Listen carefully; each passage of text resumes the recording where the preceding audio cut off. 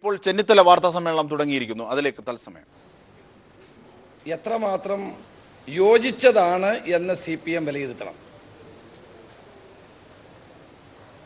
മന്ത്രി പ്രതിക്കൂട്ടിൽ കയറി നിൽക്കുന്ന ചിത്രം നമുക്ക് സങ്കല്പിക്കാൻ കഴിയുമോ? ഹൈക്കോടതിയിലും സുപ്രീം കോടതിയിലും അപ്പീൽ പോകുമെന്നാണ് മന്ത്രി MM മണി പറയുന്നത്. എന്നാൽ 2 കോടതികളും അദ്ദേഹത്തിൻ്റെ അപ്പീൽ തള്ളുകയുണ്ടായി. ഈ സാഹചര്യത്തിൽ അപ്പീൽ പോകുമെന്ന് പറയുന്നതിന് എന്തർത്ഥമാണുള്ളത്? ഇപ്പം ക്രിമിനൽ കേസിൽ ഒരു ഉദ്യോഗസ്ഥൻ പ്രതിയായാൽ അയാളെ സർവീസിൽ നിന്ന് സസ്പെൻഡ് ചെയ്യുകയാണ് സാധാരണഗതിയിലുള്ള നടപടി. എന്നാൽ ഇവിടെ ഒരു കൊലക്കേസിൽ ഒരു മന്ത്രി പ്രതിയായിരിക്കുന്നു. എത്ര വിചിത്രമായ ഒരു കാര്യമാണിത്! എങ്ങനെയാണ് ധാർമ്മികത എപ്പോഴും ഉയർത്തിപ്പിടിക്കുന്നുവെന്ന് അവകാശപ്പെടുന്ന CPM ഇതിനെ ന്യായീകരിക്കുന്നത്? ഒരു മന്ത്രിക്കെതിരെ അതേ സർക്കാർ തന്നെ കൊലക്കുറ്റത്തിന് കേസ് നടത്തുന്ന കാഴ്ചയാണ് കേരളം കാണാൻ പോകുന്നത്. ഇതാണോ CPM എപ്പോഴും പറയുന്ന ധാർമ്മികത? ഇതാണോ? ഇതിൽ കേന്ദ്ര CPM നേതൃത്വത്തിൻ്റെ നിലപാട് അറിയാൻ ഞങ്ങൾക്ക് താല്പര്യമുണ്ട്. MM മണി മന്ത്രിയായിരിക്കുമ്പോൾ എങ്ങനെയായിരിക്കും പോലീസ് അദ്ദേഹത്തിനെതിരെ അന്വേഷണം നടത്തുക? അദ്ദേഹത്തെ ചോദ്യം ചെയ്യാൻ കഴിയുമോ? മന്ത്രിക്കെതിരെ എങ്ങനെയാണ് സർക്കാരിൻ്റെ പ്രോസിക്യൂട്ടർ കേസ് വാദിക്കുന്നത്? അപ്പോൾ സംസ്ഥാന പ്രോസിക്യൂട്ടറുടെ പ്രവർത്തനം ഇതോടുകൂടി ദുർബലമാകും, പോലീസിൻ്റെ പ്രവർത്തനം ദുർബലമാകും, കേസിൻ്റെ അന്വേഷണത്തെ ഇത് ഗുരുതരമായി ബാധിക്കും. അതുകൊണ്ട് തന്നെ വൈദ്യുതി മന്ത്രിയായ MM മണി എത്രയും പെട്ടെന്ന് രാജിവെക്കുകയാണ് ഉചിതമായ നടപടി. മുൻ മുഖ്യമന്ത്രിയായ ശ്രീ അച്യുതാനന്ദൻ പോലും രാജി ആവശ്യപ്പെട്ടുകൊണ്ട് കേന്ദ്ര നേതൃത്വത്തിന് കത്തയച്ചു എന്നാണ് അറിയാൻ കഴിയുന്നത്. അതുകൊണ്ടാണ് കേന്ദ്ര നേതൃത്വത്തിൻ്റെ നിലപാട് വ്യക്തമാക്കണമെന്ന് ഞാൻ ആവശ്യപ്പെടുന്നത്. സംസ്ഥാനത്തിൻ്റെ ചരിത്രത്തിൽ ആദ്യമായിട്ടായിരിക്കും ഒരു മന്ത്രി ഇതുപോലെ പ്രതിക്കൂട്ടിൽ കയറി നിൽക്കുന്ന സാഹചര്യം ഉണ്ടാകുന്നത്. അപ്പോൾ അതുകൊണ്ട് ഒന്നുകിൽ മന്ത്രിയെ പുറത്താക്കാൻ മുഖ്യമന്ത്രി തയ്യാറാകണം, അല്ലെങ്കിൽ രാജിക്കത്ത് വാങ്ങണം. ഏതായാലും MM മണി മന്ത്രിസഭയിൽ തുടരുന്നത് കേരളത്തിന് തന്നെ ധാർമ്മികതയ്ക്ക് തന്നെ കേരളത്തിൻ്റെ ധാർമ്മിക നിലപാടുകൾക്ക് തികച്ചും വിരുദ്ധമാണ്. UDF ശക്തമായ പ്രക്ഷോഭങ്ങളുമായി മുന്നോട്ട് പോകും.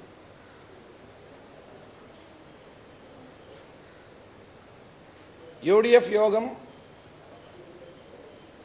ജനുവരി 3-ാം തീയതി തിരുവനന്തപുരത്ത് രാവിലെ 11 മണിക്ക് ചേരുന്നുണ്ട്.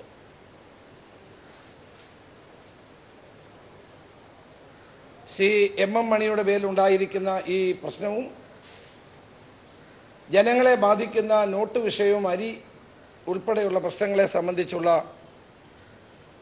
സമരപരിപാടികൾക്ക് UDF യോഗം ചർച്ച ചെയ്ത് തീരുമാനമെടുക്കുന്നതാണ്. തിരുവനന്തപുരത്ത് സെക്രട്ടേറിയറ്റിന് മുമ്പിൽ ഇപ്പോൾ PSC റാങ്ക് ലിസ്റ്റുകാരുടെ കൂട്ടസമരങ്ങൾ നടക്കുകയാണ്. ഇന്ന് ഞാൻ അവിടെ പോയിരുന്നു. അവരെല്ലാവരെയും ഞാൻ നേരിൽ കണ്ടതാണ്. യൂത്ത് കോൺഗ്രസിൻ്റെ നേതൃത്വത്തിൽ ഒരു ഭാഗത്ത് സമരം നടപ്പുണ്ട്. KSEB മസ്ദൂർ വിഭാഗക്കാരുടെ സമരം ഒരു ഭാഗത്ത്, നഴ്സുമാരുടെ സമരം, അതുപോലെ തന്നെ അധ്യാപകരുടെ സമരം. PSC റാങ്ക് ലിസ്റ്റുകൾ ഡിസംബർ 31 കാലാവധി അവസാനിക്കുകയാണ്. 6 മാസമെങ്കിലും അവരുടെ ലിസ്റ്റ് നീട്ടിക്കൊടുക്കാൻ ഗവൺമെൻറ് തയ്യാറാകണം. ഇന്നലെ മുഖ്യമന്ത്രിയുമായി ഞാൻ ഫോണിൽ സംസാരിച്ചു. ബുധനാഴ്ചത്തെ മന്ത്രിസഭാ യോഗത്തിലൊരു തീരുമാനമെടുക്കണമെന്ന് ഞാൻ അദ്ദേഹത്തോട് അഭ്യർത്ഥിക്കുകയുണ്ടായി. സാധാരണഗതിയിൽ ഒരു വർഷം 5 ലക്ഷം തൊഴിലവസരങ്ങൾ സൃഷ്ടിക്കാൻ വാഗ്ദാനം കൊടുത്തൊരു ഗവൺമെൻറ് അത് പാലിക്കാൻ ബാധ്യസ്ഥമല്ലേ? ഇടതുമുന്നണിയുടെ തെരഞ്ഞെടുപ്പ് വാഗ്ദാനം നടപ്പായില്ലെന്ന് മാത്രമല്ല, ഉള്ള അവസരങ്ങൾ പോലും ഗവൺമെൻറ് നഷ്ടപ്പെടുത്തുകയാണ്. ഗവൺമെൻറ് അധികാരത്തിൽ വന്നിട്ട് 7 മാസമായി. പുതുതായി ഒരു തൊഴിലവസരവും സൃഷ്ടിച്ചതായി കാണുന്നില്ല. അപ്പോൾ ഒരു വർഷം കൊണ്ട് 5 ലക്ഷം പേർക്ക് തൊഴിൽ കൊടുക്കുമെന്ന് പറഞ്ഞ വാഗ്ദാനം ഒരു ജലരേഖയായി മാറിയിരിക്കുകയാണ്. മാത്രമല്ല, പല ഡിപ്പാർട്ട്മെൻറ്റുകളിലും നിലനിൽക്കുന്ന ഒഴിവുകൾ നികത്താനുള്ള യാതൊരു നടപടിയും ഗവൺമെൻറ് സ്വീകരിക്കുന്നില്ല. സ്വാശ്രയ പ്രശ്നത്തിലേതുപോലെ തന്നെ ജനവിരുദ്ധമായ സമീപനമാണ് PSC റാങ്ക് ലിസ്റ്റുകളുടെ കാര്യത്തിലും സർക്കാർ കൈക്കൊണ്ടുകൊണ്ടിരിക്കുന്നത്. ഞാൻ സമരം ചെയ്യുന്ന യുവാക്കളുമായി സംസാരിച്ചു. വളരെ നാമമാത്രമായ ആളുകളെ മാത്രമാണ് റാങ്ക് ലിസ്റ്റിൽ നിന്ന് ജോലി കിട്ടിയിട്ടുള്ളത്. അപ്പം ആ സാഹചര്യത്തിൽ തീർച്ചയായും റാങ്ക് ലിസ്റ്റുകളുടെ കാലാവധി നീട്ടി അവർക്ക് തൊഴിലിനുള്ള അവസരം ഉണ്ടാക്കി കൊടുക്കാൻ ഗവൺമെൻറ് മുൻകൈയെടുക്കണമെന്നാണ് എനിക്ക് അഭ്യർത്ഥിക്കാനുള്ളത്. UDF ഗവൺമെൻറ് കാലത്ത് നിരവധി തവണ ഇതുപോലെ റാങ്ക് ലിസ്റ്റുകളുടെ കാലാവധി വർദ്ധിപ്പിച്ചു കൊടുത്തിട്ടുണ്ട്. മാത്രമല്ല, അങ്ങനെ വർദ്ധിപ്പിച്ചതിന് ഫലമായി തന്നെ ധാരാളം ചെറുപ്പക്കാർക്ക് ജോലിക്കുള്ള അവസരം ലഭിച്ചിട്ടുമുണ്ട്. കേരളത്തിലെ ഭക്ഷ്യവകുപ്പ് മന്ത്രി ആ സ്ഥാനത്ത് തുടരുന്നതിൽ യാതൊരു അർത്ഥവുമില്ല. ഇതുപോലെ ദുർബലനായ ഒരു ഭക്ഷ്യവകുപ്പ് മന്ത്രിയെ നമുക്ക് കാണാൻ സാധ്യമല്ല. റേഷൻ വിതരണം ഇതുവരെ സാധാരണ നിലയിലായിട്ടില്ല. ഡിസംബർ അവസാനമായിട്ടും നവംബറിലെ റേഷൻ്റെ അരി ഇതുവരെ കൊടുത്തു തീർന്നിട്ടില്ല. ക്രിസ്തുമസ് ആയിട്ട് പോലും ആളുകൾക്ക് റേഷൻ കൊടുക്കാത്ത, ന്യൂ ഇയർ ആയിട്ട് പോലും ആളുകൾക്ക് റേഷൻ കൊടുക്കാത്ത ഒരു ഗവൺമെൻറ്റാണ് ഇവിടെ ഭരിക്കുന്നത്. അതുപോലെ തന്നെയാണ് KSRTCയിലെ പ്രശ്നം. KSRTCയിലെ വിരമിച്ച ആളുകൾക്കുള്ള പെൻഷൻ ഇതുവരെ കൊടുത്തിട്ടില്ല, പൂർണ്ണമായി കൊടുത്തിട്ടില്ല.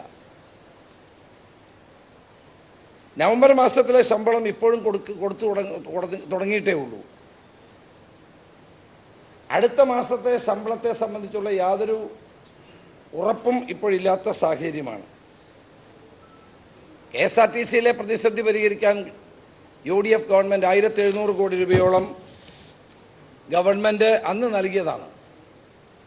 പക്ഷേ ഈ ഗവൺമെൻറ് KSRTCയിലെ പ്രതിസന്ധി പരിഹരിക്കാൻ യാതൊരു നടപടിയും സ്വീകരിച്ചിട്ടില്ല എന്നാണ് എനിക്ക് സൂചിപ്പിക്കാനുള്ളത്. അപ്പോൾ ഈ സർക്കാരിനെതിരായിട്ടുള്ള ശക്തമായ സമര പരിപാടികളുമായി മുന്നോട്ട് പോകാൻ UDF അതിനെപ്പറ്റി ആലോചിക്കാൻ വേണ്ടിയാണ് 3-ാം തീയതി UDF യോഗം ചേരുന്നത്.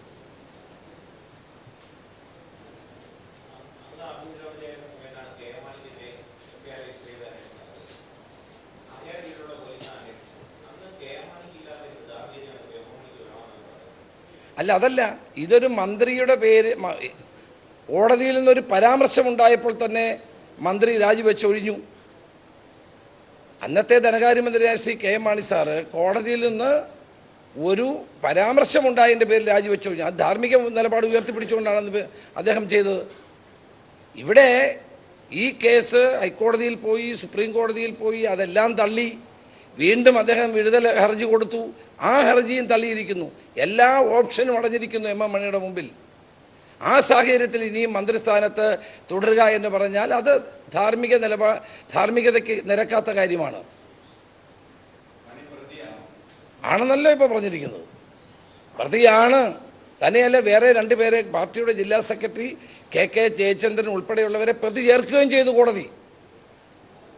അപ്പം ഇനിയും പ്രതിയായി കോടതിയുടെ കൂട്ടിൽ നിൽക്കാൻ പോകുന്ന ഒരു മന്ത്രിയാണ് കേരളം കാണാൻ പോകുന്നത്.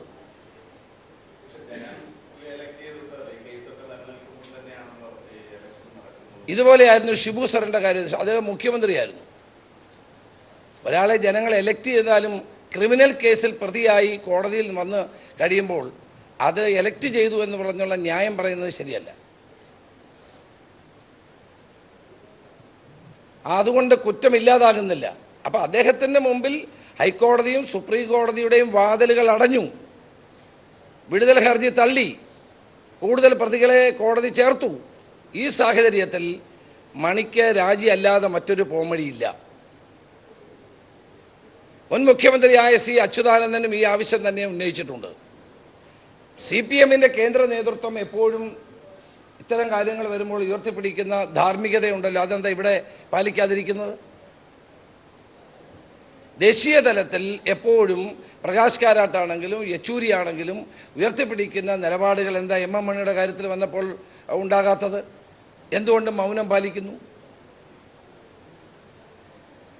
അപ്പം മന്ത്രിസഭയിൽ നിന്ന് പുറത്താക്കാൻ കേന്ദ്ര നേതൃത്വം മുഖ്യമന്ത്രിയോട് ആവശ്യപ്പെടേണ്ട ഒരു ഘട്ടത്തിലാണ് ഇപ്പോൾ കാര്യങ്ങൾ വന്നു നിൽക്കുന്നത്.